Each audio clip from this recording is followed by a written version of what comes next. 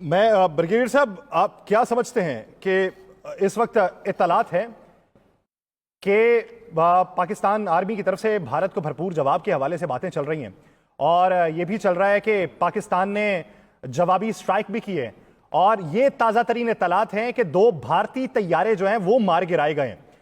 अगर इस तरह का वापस जवाब दिया गया पाकिस्तान की तरफ से तो भारत को आलमी सतह पे ऑपरेशन स्विफ्ट रिटॉर्ट के बाद 1999 कारगिल के बाद या फिर चाइना के महाज के 1962 के बाद ये किस तरीके का उनको जवाब है कि पाकिस्तानी फजाइया ने भारत के 2 तैयारे इतनी जल्दी रिस्पांस देते हुए मार गिराए?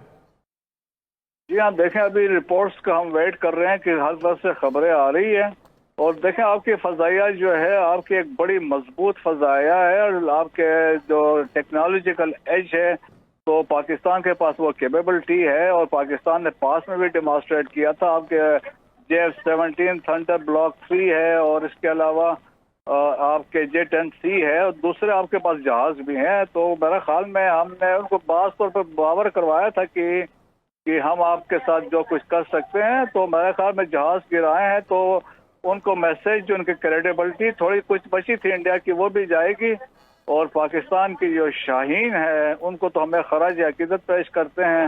ये जो हमारे जो फजाओं के निगहबान हैं और ये देखें प्रोफेशनल आर्मी जो प्रोफेशनल हमने तो ब्रिगेडियर साहब बारहा बताया था कि राफेल उड़ाओगे तो इधर JF-17 के साथ PL-15 लगे हुए हैं।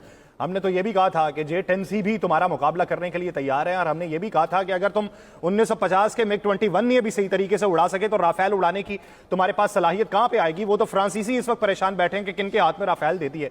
मैं ब्रिगेडियर साहब आपकी तरफ वापस आऊंगा। बाबर अलाउद्दीन साहब दिफाई तजियाकार वो भी हमें ज्वाइन कर चुके हैं। बाबर अलाउद्दीन साहब बहुत शुक्रिया आपके वक्त का। सर, कुछ देर पहले भारत एक एलामिया जारी करता है, बाकायदा तौर पर बताता है कि पाकिस्तान के 9 पॉइंट्स को टारगेट किया गया।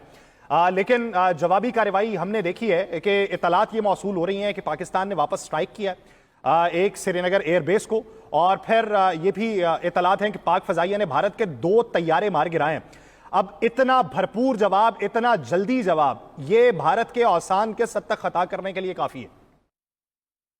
काफी है। इनको पता लग होना चाहिए था। हम बता रहे थे, इनको भी दुनिया को बता रहे थे कि अगर आपने कुछ किया तो फिर आप तैयार रहे, फिर आपको खुद समझ नहीं आएगी कि आपने अपने लिए कितनी मुसीबत खड़ी की है। देखिए, उन्होंने रात के अंधेरे में मसाजिद टारगेट की है, प्लेसेस ऑफ वर्शिप को टारगेट करना संगीन जुराइम में आता है। फिर उसके बाद उन्होंने सिविलियंस को टारगेट किया है, वो भी एक संगीन जुर्म है। और उसके मुकाबले में पाकिस्तान ने अभी तक जो टारगेट किए हैं उनके 2 एयरक्राफ्ट टारगेट किए हैं, जो कि एक प्रोफेशनल आर्मी का रिस्पॉन्स यही होता है। लेकिन यहाँ तक बात